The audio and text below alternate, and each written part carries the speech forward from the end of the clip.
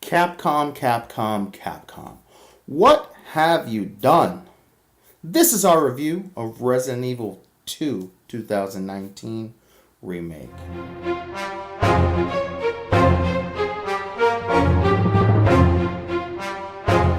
What's up, universe, and welcome back to the web's first must-see comic and nerd culture show. Welcome to Comic YOUniverse, guys. I'm your host, as always, C-Dubs, and I'm riding solo on this video. And guys, this is going to be my 2 cents, my review for Resident Evil 2. That just came back out this year, 2019, if you will. The reboot, the remake, whatever you want to call it. It's definitely not just an HD skin on top of it, guys. This is more along the lines of how they did the first one for the GameCube, where they just basically changed and altered a lot of things and changed some of the story as well. Not too much, nothing that's too noticeable. And what I mean by story, just how the game actually played out, not necessarily the overall arcing story, if you will. Now, guys, I want to be 100% transparent here. I haven't 100% completed the game yet. But I've played enough of the game, and I'm enough of a fan of the franchise to give you guys a genuine take.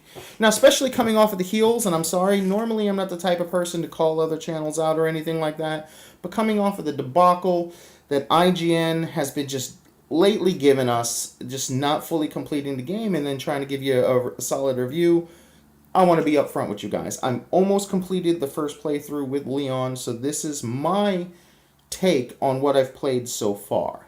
Now, I plan on actually doing a full-on Let's Play from beginning to end with Claire, so stick around for that, guys. It might be installments or whatnot, but we're going to do a full live Let's Play, and you guys could experience the game along with us. I did do a little bit of a Let's Play with Leon. Some of you guys in the universe joined on and kind of saw what the game was all about and saw me basically get scared out of my mind and jump pretty much through the ceiling, if you will, at a few parts. But I gotta say, let me give you the real logistics here, guys. This game is not for the faint of heart. If you are one of those Resident Evil pros like I am, okay, played every game, beaten every game except for Zero. It's just the only one I haven't given enough attention to, if you will. Every spin-off, Survivor, you know, the gun rail hail game, you know, all of them. I've done it all. Seen every movie. Didn't like any of the movies, but I still, because I'm such a fan, I watch them, unfortunately. I've read some of the books, some of the comics. I have seen every animated movie, which has been fantastic for the most part. And again, this is one of the video games, I should say, especially in the later installments where it was co-op, that me and my best friend, we actually, like, our relationship becomes stronger together because of these games. You know, just communicating and things like that. It's just really cool and really fun to play. So this goes back to survival horror. Now, the first thing you should all know that this is a horror game first. It is there to scare the crap out of you. It is a survival game second, which this is by far the hardest version of this game and any of them that I have played to date. I would say Zero is a little difficult just because there's a lot of swapping between the two characters. If you're not familiar with Zero, there's two main characters, and you actually have to swap between the two to get certain things done, and you'll need certain items, and you'll have to give them to the other one. So it's really, really, really different. Not bad, just different. And it's a lot more backtracking than normal because of that. So, moving forward within the franchise, if this is the way it's going to be, I can see this kind of... Now, it's not as hard as like your Dark Souls, don't get me wrong. I'm sure if you put in hardcore it might be, but I played it in just your average normal. I've seen a few people playing it in easy, and it's super easy and easy in my opinion. So I would say play it in normal if you're playing it. I'm sure if you're a fan, you've already done the research. You probably have already played the game, maybe even beat the game already, guys. And maybe you guys have the same opinions I do.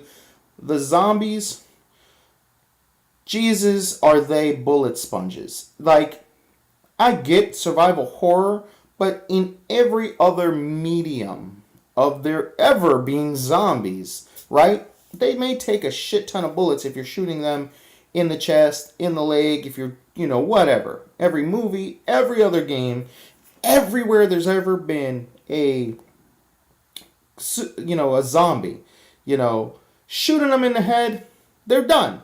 One, maybe two shots, I can understand, especially if they're at closer range.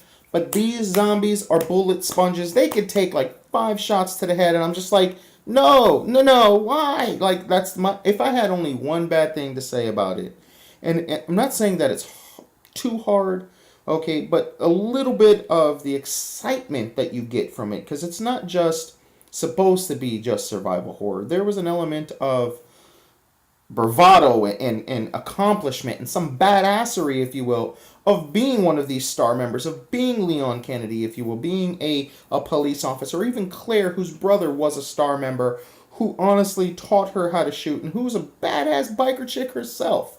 Okay? There was a little bit of that bravado, like, boom, you pop them in the head splits open, you felt like an absolute genuine badass.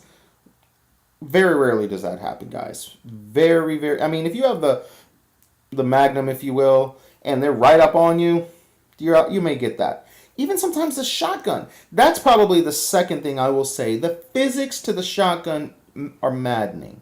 And I'm going to give you the downplays, the things I don't like, before I give you everything that I do like. So, the physics of the shotgun, you got 2 or 3 guys. It's always been, and it's been a staple of the franchise, boom. At the very least, they'll stumble back, right? You got 2 or 3 of them on you, they'll stumble back. The first one probably takes the most of the blow, because again, as we all know, a shotgun is a spreading fire gun, right? Well, that doesn't really work like that here. Like, they can take a shotgun at like a foot, and they're still coming at you, and it's just so maddening sometimes. And you used to be able to aim a little up more so to blow out their brains or blow off their fucking head, excuse my language, to blow off the head, and it's not like that anymore. Excuse me. But I gotta say, overall, I'm having a damn good time with it. It is surprising the absolute hell out of me. Things that I remember are not quite the same. Puzzles are a little different. The additive of Mr. X, sorry, all of you millennials out there that only know him now as the Tyrant. His name is Mr. X. The Tyrant was in the first one. He is basically the in-between, the Tyrant and Nemesis, if you will. This is what we got prior to the Nemesis. With him continuously following you through a good portion of the game is infuriating, but in a good way, because you are heightened, you're scared. He's actually, the AI in the game is pretty freaking smart. Any major noise or actions that you're doing in a section of, this game, he's alerted to, and he's making his way to you. So just know that right off the bat. Even though you don't see him, he's coming for you. So if you're here, you shot off a couple of shots, you need to get back over there, okay, for a little while, maybe shoot off a shot or two and have him go back that way. That has been really the best strategy. But another part of the problem, and I don't want to say a problem because it is a survival horror game, and I hear a lot of people complaining about the resource management of this game. This is resource management 101. This is where you learned, Resident Evil 1 and 2, that's where you learned that you had to resource management. A lot of backtracking, a lot of saving, having, 2 save slots. That is the key to this game. Like, if you're not doing these things, you're just going to have... I could see you getting frustrated if you're not a veteran Resident Evil player. Now, some of the actual trophies in the game themselves are kind of weird, too. And it's like, how the heck are someone supposed to do this? Like, one of the trophies is complete the game taking 14,000 steps or less. Who the hell is counting their steps? Like, that's just a trophy that you get by sheer luck.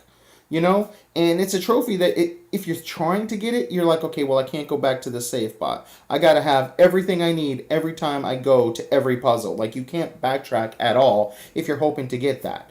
Like, I understand, like, speed throughs, speed playthroughs. I could probably beat the first one, maybe the original second one, in probably under an hour, if I'm lucky. Okay, but, man, this game, I don't know how anybody could do that. Now, there are also a few things that are plain as day. Like, it's a solution to what you need to do to get through this section. So just my suggestion to all of you players out there, actually think about what you're doing before you do it. Every item that you pick up, check. I mean, obviously you don't have to check your bullets, okay? But if you pick up a book, check the book. See if the book will open. See if there's anything inside the book. If you pick up a jewel or a box, open the box. If it's the jewel, see if it's cracked. Whatever, you pick it up, examine it, because that might be the key to everything. Another key to you guys out there, if you're playing through this game and you have not done it, okay, even if you see something in the distance, for instance, if you're going down a hallway and it looks barricaded, okay, whether it be furniture or a great door or just a closed door or a locked door, if you see insignia on the door, go up to it and push the action button to see if there's anything more with that area. For two reasons. One, for instance, especially if it is like tons of furniture, there may be a magazine or some bullets here or a piece of paper or a file that you missed, because collecting all the files is a trophy as well. Plus, it allows you to know you've been obviously in that area. Now, the other part with the doors, just because you see the door and you see that it has a heart symbol, if you go to your map, it's not going to show you the heart symbol on that. If you go up to the door, interact with the door, then on your map, it'll show, yes, that's a door, but it's a heart symbol door or a clover symbol door. A lot of the doors here are based off of the suit, playing card suits, if you will. Your spades, your clubs, your heart, your diamond. Okay, so definitely do that. Otherwise, you are going to just lose your mind trying to remember where every single door is. Another thing, pay attention. Let me back up one step. If you find a plant, for instance, if you don't have the space for it or you think you could do without it right now, you want to come back to it, still interact with it. Just don't pick it up, but if you interact with it, it will show on your map where it is. Okay? Now, if you disregard an item, you completely lose it, so keep that in mind too. But if you walk up to, say, a set of bullets and you don't have the inventory, still look at it, okay, interact with it. Just don't try to add it to your inventory or don't add it to your inventory. It will show on your map until you go back there to pick it up. So that'll help you know if you've cleared out an entire section. Now, sometimes if you overlook something in some rooms, they'll still show as red opposed to blue, which is the completed area. And that will allow you to know that I don't need to go back here for any reason. So if you get stuck or lost, you'll know you've completed everything in that area. So that will help you kind of narrow down any particular time you guys are stuck. Now, when it comes to dealing with Mr. X, the tyrant, just run away. One thing you want to do, definitely shoot his hat off, because that'll be a trophy for you if you shoot his hat off. But other than that, try not to waste any more bullets on this guy. It's just a waste of time. Now, obviously, if you're cornered, okay, do what you can, because there is a way to drop him to one knee, but it doesn't last long. Your best bet, honestly, is to have like a knife in your inventory or a grenade or something in your inventory, because any pro Resident Evil players out there that haven't played this version of the game, you're used to your knife as being like a secondary weapon, if you will. Like you could actually break a box with it or just attack a zombie with it. Yes, you can do that still, but there's wear and tear on all side items.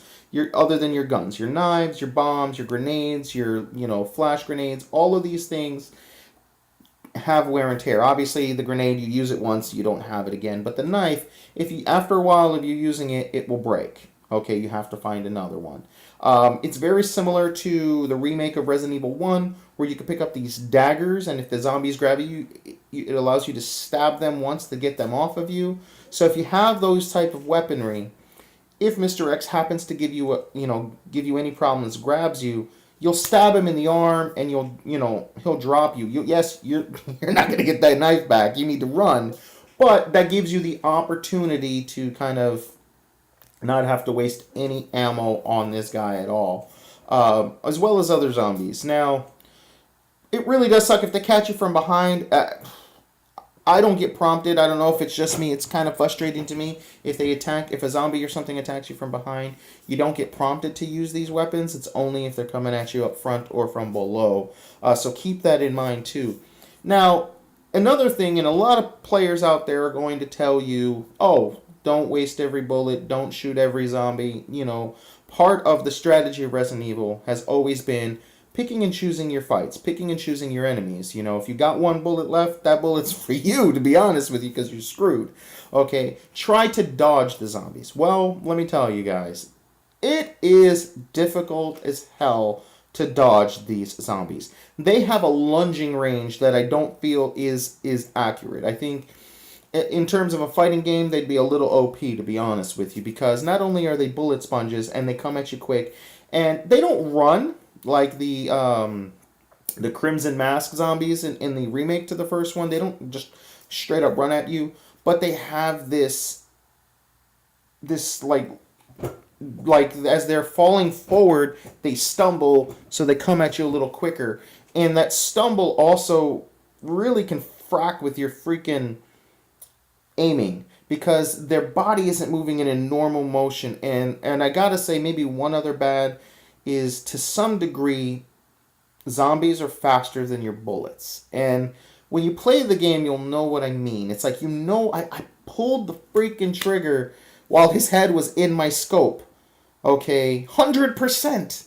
Or his body was in my scope, because he shambled. Like, in real life, like, he's still getting hit. He's still getting nicked. He's not dodging my bullet completely, and it's going to happen a lot in this game. I would say a good maybe 15% of your bullets. If you're not the best player, you're going to lose maybe 5, maybe 8 or 10% of your bullets, even if you're a pro, man. I'm telling you, I may not be the greatest Resident Evil player, but I can tell you, again, I have beaten every Resident Evil with an 8th grade. Like, it's happened. Okay, so be careful out there, guys, and to all of those star pros out there, star members, this is going to be a challenge if you haven't played it. Now, if you're finding it a breeze, man, you're 10 points to you. I'm happy. I would love to watch you play the game, so definitely tell me if you have any share plays going on. I'd love to see, someone that good at the game. But try it in hardcore mode if you're that much of a pro. That's all I got to say, because then you'll understand the frustrations that I'm feeling. But I want to say, this is the best Resident Evil game to date ever made. Hands down, this game is brilliant. So, guys, check it out. Let us know if you've played this game. Let us know in the comments below. Let us know if, oh, my grade.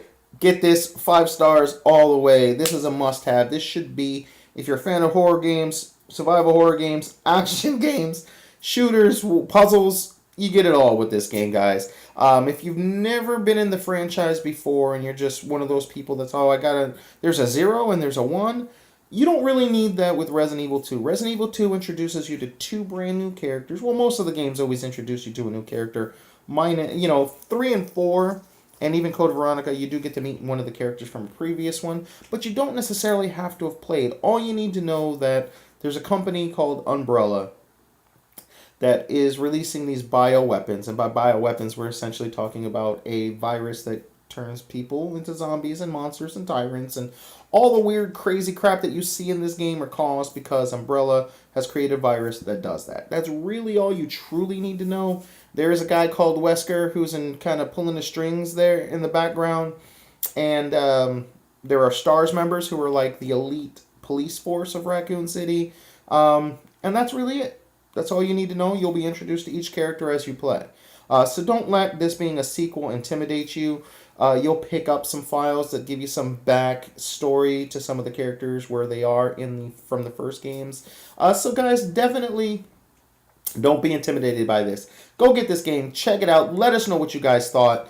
If you guys have any other questions about Resident Evil or concerns or just want to talk about it, let us know in the comments below, guys. Hit us up on all of our social medias. Don't forget to Hulk smash this like button, guys. Be a part of our notification squad by clicking the bell icon and subscribing, guys. If this is the first time we do everything, guys, video games, comic books, movies, TV, we review it all. We give you the nerd news and anything out there you guys want us to cover. You just got to let us know, guys. And until next time, I'm C-Dubs, and I'll see you in the universe. Peace.